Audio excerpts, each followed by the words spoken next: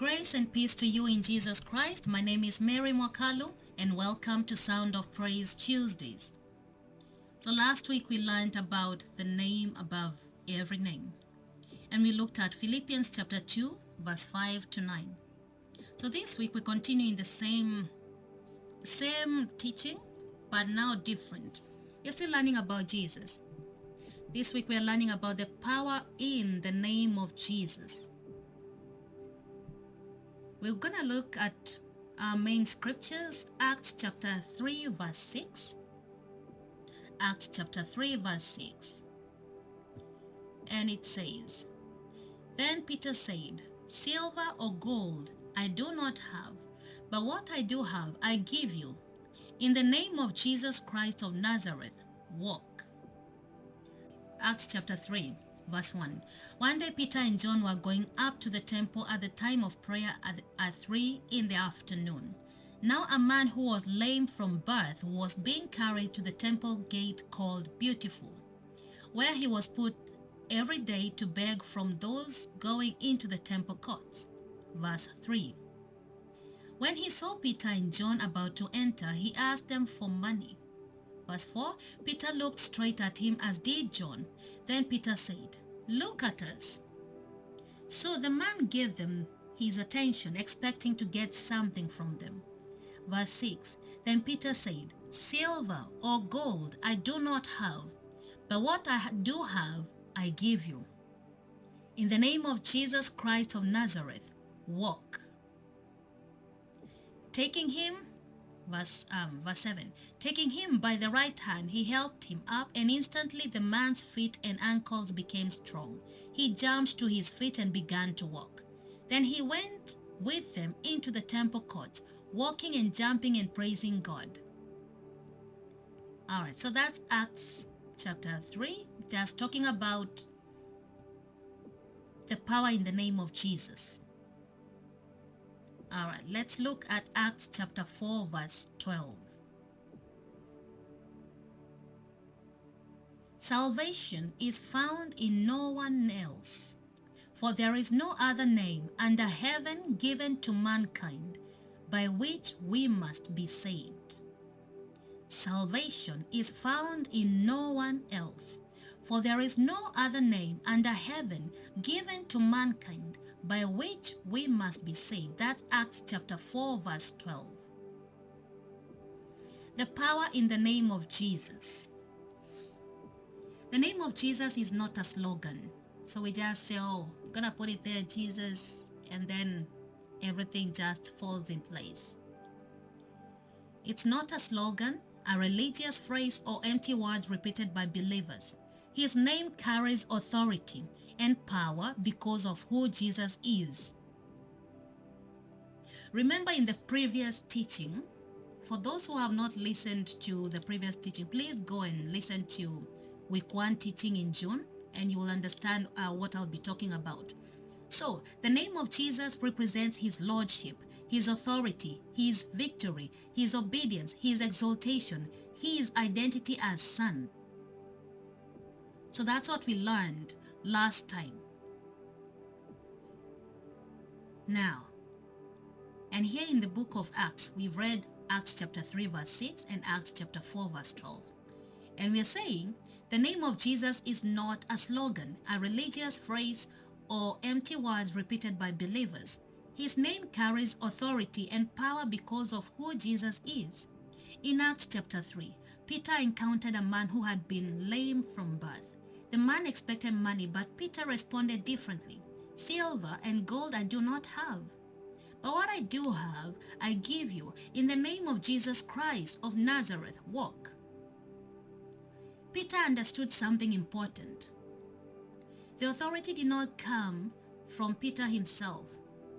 No human has that kind of authority to heal anyone.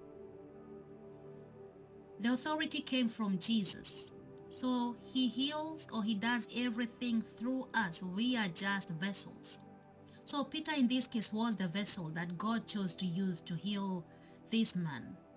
Peter was acting under the authority of Christ. The miracle that followed revealed that the name of Jesus carries power because Jesus himself carries authority. His name represents his victory, his lordship, his authority, his finished work, his resurrection power.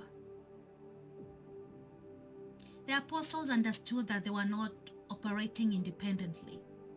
They represented Jesus. This is why Peter later clarified that the healing did not happen through human power or godliness. It happened through faith in the name of Jesus. Let us look at that. In Acts chapter 3, verse 9. When all the people saw him, the lame man who was healed, when all the people saw him walking and praising God, they recognized him as the same man who used to sit begging at the temple gate called Beautiful, and they were filled with wonder and amazement at what had happened to him. Verse 11, when the man held on to Peter and John, all the people were astonished and came running to them in the place called Solomon's Colonnade. Verse 12, when Peter saw this, he said to them, fellow Israelites, why does this surprise you? Why do you stare at us as if by our own power or godliness we made this man walk? The God of Abraham, Isaac, and Jacob, the God of our fathers, has glorified his servant Jesus. You handed him over to be killed and you disowned him before Pilate, though he had decided to let him go. You disowned the holy and righteous one and asked that a murderer be released to you. You killed the author of life, but God raised him from the dead. We are witnesses of this. By faith in the name of Jesus, this man whom you see and know was made strong. It is Jesus' name and the faith that comes through him that has completely healed him, as you can all see. And I just love how Peter returned the glory back to God. He didn't say, oh, I did this. He acknowledged who made that happen.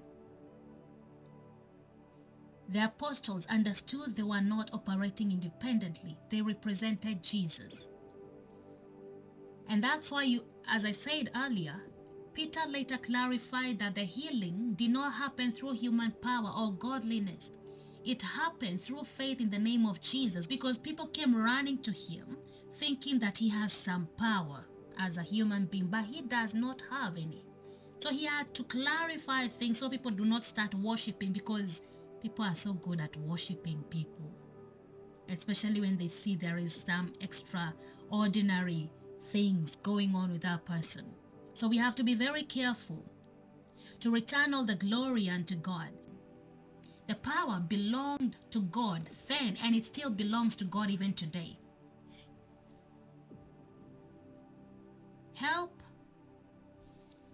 Helping people is something that should be glorifying to God. So the name of Jesus carries authority because Jesus is Lord. Believers minister under his authority, not their own.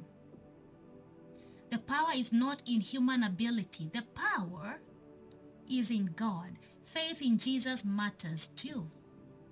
His name reveals his authority and victory. Throughout Scripture, kings and lords carried authority within their kingdoms.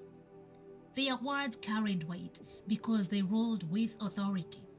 In a much greater way, Jesus is King of kings and Lord of lords. His authority is above every earthly authority and every spiritual power.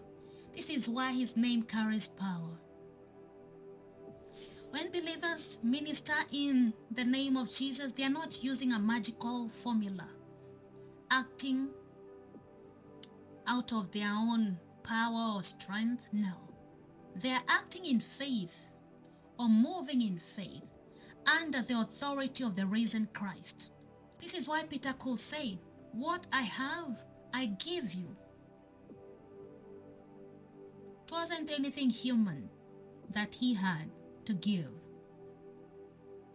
Peter understood that Jesus was alive, exalted, and still working through his people.